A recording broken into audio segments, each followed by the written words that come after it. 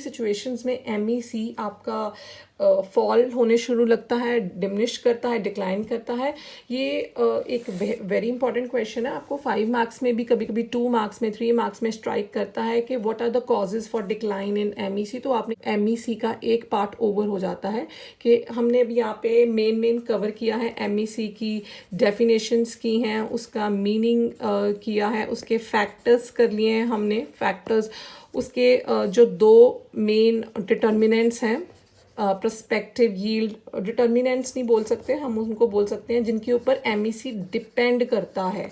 हमने वो कर लिए हैं, prospective yield and supply price कर लिया है। फिर हमने डिटर्मिनेंट्स किए हैं, long term and short term and causes of decline of MEC। इससे आपका MEC पूरा कंप्लीट हो जाता है।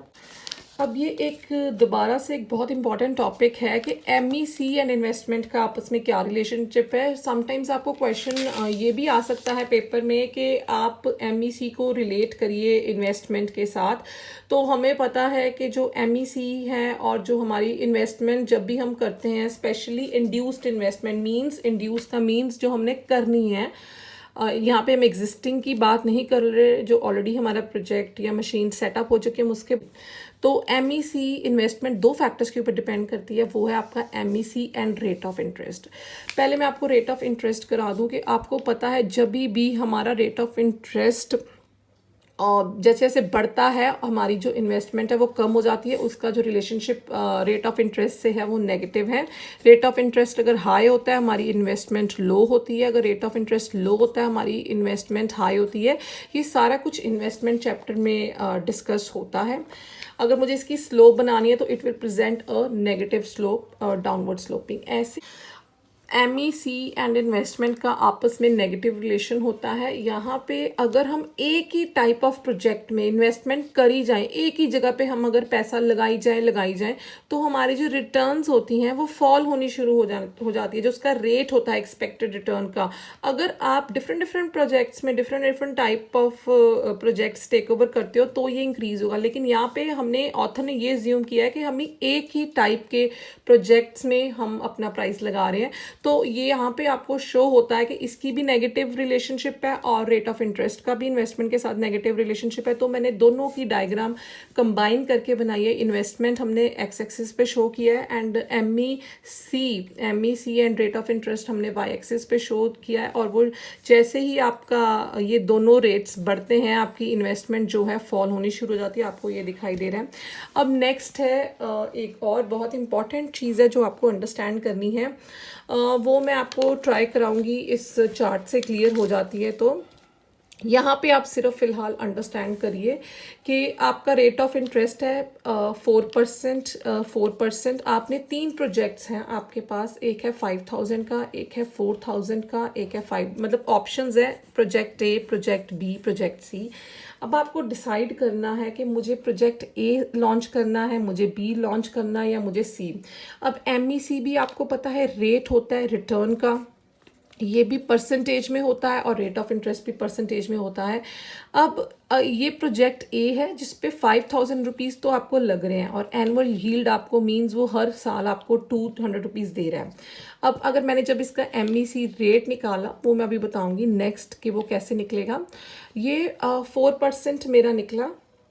अब मुझे रेट ऑफ इंटरेस्ट होता है जो मुझे पे करना है टू द बैंक्स। अगर मैंने किसी से पैसा बोरो किया है मुझे उसको पे करना है, मतलब ये तो मेरा खर्चा हो गया, ये मेरी इनकम होगी। अब ये प्रोजेक्ट फेवरेबल नहीं है क्योंकि यहाँ पे मुझे न्यूट्रल है, जितना मैं कमा रही हूँ उतना ही मेरा खर्चा हो रहा है। प्रोजेक्ट B में मेरे को रिसीव कितना हो रहा है 5%, मैं पे कितना कर रही हूँ 4, इट मीन्स ये मेरे फेवर में है ये वाला project B। Project number C में क्या हो रहा है कि मेरे को पे करना है, मीन्स मेरा खर्चा है 5% और मुझे मिल कितना रहा है 4%। This is entirely unfavourable. तो मतलब ये कौन सी सिचुएशन मेरे लिए बेस्ट है, जब मेरा MEC ज़्यादा है रेट ऑफ इंटरेस्ट से। तो सिचुएशन मेरे लिए वो बेटर है जब मेरा MEC is more than, means it is greater than your R। ये जो सिचुएशन है मेरे लिए फेवरेबल है, ये न्यूट्रल की सिचुएशन है मीन सेम, और ये जो सिचुएशन है मेरे लिए अनफेवरेबल है। था इन्वेस्टमेंट का relationship with MEC and rate of interest. तो इसको कई बुक्स में इन्होंने डायग्रामेटिकली भी प्रेजेंट किया हुआ है, आप कर सकते हो, मुझे लगता नहीं इतनी नीड है उसको प्रेजेंट करने की। नेक्स्ट है आपका बेसिकली ये है कैलकुलेशन वाला पार्ट। ये मैं आज आपको अभी बुक से ही समझाऊंगी, क्योंकि आपकी विश है, अगर आप करना चाहो समझना चाहो तो इसको समझ सकते हो। वैसे तो बहुत इजी है बट इसको कॉम्प्लिकेटेड बनाया हुआ है ऐसे, तो सिर्फ आप ये मेरी ध्यान से सुनिए, आपको समझ आ जाएगा। नेक्स्ट है कि हमने जब भी जितना भी लेक्चर डिस्कस किया, हमने वहाँ पे डिस्कस किया कि MEC हमारा 4% है या 5% है, वट एवर, हमने एक एज्यूम करके परसेंटेज हमने सारा चैप्टर समझा है। But how this 4% will come, this is a main point. तो इससे पहले मैं आपको कुछ चीज़ समझाना चाहती हूँ कि आपने बचपन में बहुत जगह अपनी मैथमेटिक्स अगर आपको याद हो तो आपने उसमें किया था, ये चीज़ समझी थी कि अगर हम फ्यूचर में कोई प्रोजेक्ट लगाते हैं तो अगर आपने किया होगा कि अगर फॉर एग्जांपल मैं अगर फ्यूचर में कोई प्रोजेक्ट लगाती हूँ तो मुझे फर्स्ट ईयर मिलेगा 400, सेकेंड ईयर मुझे मिलेगा 500, थर्ड ईयर मुझे मिलेगा 600 और मुझे फोर्थ ईयर मिलेगा 700। तो ये होता है कंपाउंड इंटरेस्ट जब हम आज की डेट में बैठ के फ्यूचर की डेट की कैलकुलेशंस करते हैं। लेकिन जब हमने बिजनेस की इन्वेस्टमेंट करनी होती है तो ये स्ट्रैटेजीज वर्क नहीं करती, तो हम उनको बोलते हैं कि आप हमें आज की डेट में बताओ कि मुझे आज की डेट में कितना बेनिफिट होगा। तो वो आप ये एग्जाम्पल को ऐसे समझिए कि ये एक प्रोजेक्ट है, हमने लगा दी है और वो मुझे बोल रहा है कि फर्स्ट ईयर मुझे 400 मिलेगा, सेकेंड ईयर मुझे 500, थर्ड ईयर मुझे 600 एंड फोर्थ ईयर मुझे 700 मिलेगा। तो मैं उनको बोलती हूँ कि नहीं, हमें जो ये कैलकुलेशन है आज की डेट में बताओ। आज अगर दिसंबर का मंथ चल रहा है तो मुझे दिसंबर 2019। नेक्स्ट है हमारा MEC की calculation, prospective yield and supply price को हम थोड़ा डेप्थ में पढ़ेंगे। आप कोशिश करिए इसको अंडरस्टैंड करने की, क्योंकि इस चैप्टर का अगर मैं कॉम्प्लिकेटेड पार्ट बोलूँ तो ये ही थोड़ा कॉम्प्लिकेटेड पार्ट है, बाकी चैप्टर तो आपका बहुत इजी है। अगर आपको ये समझ आता है तो ठीक है, अगर नहीं समझ आता तो दोबारा 1 2 3 4 बार अगर आप ये वीडियो ध्यान से देखोगे तो आपको ये भी समझ आ जाएगा, कोई it's not a big deal. तो यहाँ पे क्या होता है कि अगर हम कोई प्रोजेक्ट में इन्वेस्टमेंट करते हैं, जैसे फर्स्ट ईयर सेकेंड ईयर, ये मैं आपको ऐसे करी हूँ, first year second year third year. तो यहाँ पे मैं सोच के चल रही हूँ कि मेरी पर्सपेक्टिव यील्ड यहाँ पे आएगी 100, फिर मेरी आएगी 120, फिर आएगी 100, फिर आएगी फिर 100 और फिर आएगी मेरी 130। ये आपको दिख रहा है, फर्स्ट ईयर में इतना आएगा, सेकेंड थर्ड फोर्थ। अब जो ये बिजनेसमैन होता है ना, जो हमारा ये MEC का मेथड है ना, वो बोलता है कि मुझे आप फिफ्थ ईयर में मत बताओ मेरे पास कितना आएगा, आप मुझे आज की डेट में बताओ मेरे पास कितना आएगा। अब ये क्या बात हुई भी, आज कैसे बता दें, अगर हम ये तो फिफ्थ ईयर में आएगा आज की, वो बोलता है नहीं मुझे आज की टर्म्स में बताओ कि आज मुझे कितना होगा। तो वो बोल रहा है कि अब 130 रुपीज़ आपको अगर फिफ्थ ईयर में मिल रहे हैं, तो वो अगर मैं उसको आज की डेट में अगर मुझे बताना हो कि तुझे कितना पैसा मिलेगा, तो उस प्रोसेस को हम बोलते हैं डिस्काउंटिंग। मीन्स थोड़ा सा डिस्काउंट करके, थोड़ी सी इसकी वैल्यू कम करके मुझे पता चल जाएगा कि आज की डेट में मुझे फोर्थ ईयर में कितना मिलेगा, फिफ्थ ईयर में कितना मिलेगा, सिक्स्थ ईयर में कितना मिलेगा, सेवन। क्योंकि मुझे जो कैलकुलेशन करनी है वो प्रोजेक्ट की अब करनी है, आज करनी है। मुझे 5 ईयर्स में जो अमाउंट मिलेगा उसकी वैल्यू मुझे आज पता होना चाहिए कि मुझे 130 की आज की डेट में क्या वैल्यू, या 100 की जो फोर्थ ईयर में मुझे मिलना है उसकी आज की वैल्यू क्या है। इस चीज़ को बोलते हैं डिस्काउंटिंग, इस चीज़ को। तो ये जो डिस्काउंटिंग होती है, आप पेंसिल से नहीं कैलकुलेट कर सकते, आपको कैलकुलेटर की नीड होती है इसको करने के लिए, क्योंकि बहुत बिग कैलकुलेशंस होती हैं। तो यहाँ पे मैं आपको इस बुक की एक एग्जांपल कराना चाहूँगी जिसमें आपको ये सारा कुछ क्लियर हो जाएगा। यहाँ पे प्रोस्पेक्टिव यील्ड्स निकल रही है 100 100 100 100। ये फर्स्ट ईयर, ये सेकेंड थर्ड फोर्थ फिफ्थ। अब मैंने यहाँ पे यही बोला है कि मुझे आप ये मत बताओ कि फिफ्थ ईयर में मेरे पास कितना पैसा, मुझे आज की डेट में बताओ इसकी प्रेजेंट वैल्यू। अब जो ये डिस्काउंटेड रेट हमने लेके चले हैं कि चलो हम 5% डिस्काउंटेड रेट लगाते हैं, अगर आज की डेट में मुझे 95 मिलेगा, 90 रुपीज़ मिल रहे हैं, फिर मुझे 86 रुपीज़ मिल रहे हैं, फिर मुझे 82 रुपीज़ मिल रहे हैं, और ये 79। और अब मैं आज की डेट में अगर तो 5 साल के बाद मैं इस चीज़ को कैलकुलेट कर रही हूँ तो 5% आ रहा है।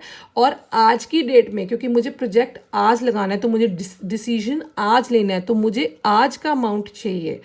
तो आज मुझे जो ये वैल्यू आ रही है ये आ रही है 432.94। और जो ये प्राइस है डिस्काउंटेड रेट निकला है मेरा प्रेजेंट, वो मेरा सप्लाई प्राइस से अगर हायर है, तो मैंने यहाँ पे एक और चीज़ अज्यूम की है कि जो मेरा सप्लाई प्राइस है वो 400 है।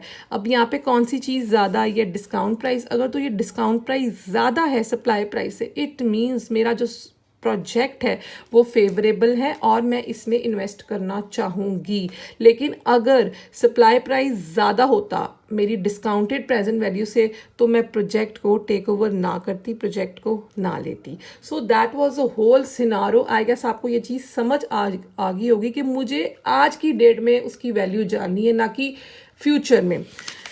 तो इसका बहुत सारे फॉर्मूलाज हैं, ये मैं आपको यहाँ पे एक फॉर्मूला है, तो ये हमने जो फर्स्ट ईयर का किया है, बहुत सारे देखिए यहाँ पे जो प्रोजेक्ट की वैल्यू है, टाइम है, वो मैंने लिया है 5 इयर्स। डिपेंड करता है, कोई प्रोजेक्ट 2 साल का हो सकता है, कोई प्रोजेक्ट 3 साल का।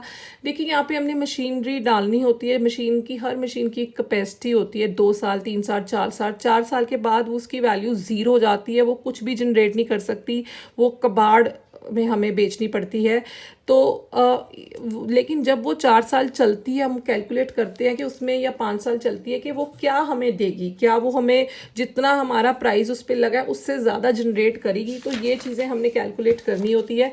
तो यहाँ पे हम एज्यूम करके चलते हैं कि मशीनरी हमारी first year, second year, third year, और तीसरी है कि भाई वो जितने भी साल चलती है, कोई ज़्यादा चल सकती, तो हमने एन दिया है। एन शो करता है आपका कि कोई n number of the value of year, जितनी देर वो मशीन चल रही है। तो यहाँ पे S P is your supply price, P Y is your perspective yield, और जो एम है, M is your M E C. आप चाहो तो ये फॉर्मूला लर्न करके पेपर में लिख सकते हो। इसकी डेरिवेशन वगैरह, फॉर्म न्यूमेरिकल वगैरह आपको बहुत इजी, इसकी इजी है, कुछ खास है नहीं। अगर आपको ये समझ आ गया है तो इन्होंने इसकी फर्दर यहाँ पे डेरिवेशन की है यहाँ पे। तो आप ये एक फॉर्मूला एग्जाम में लिख सकते हो और एक ये एग्जाम में लिख सकते हो।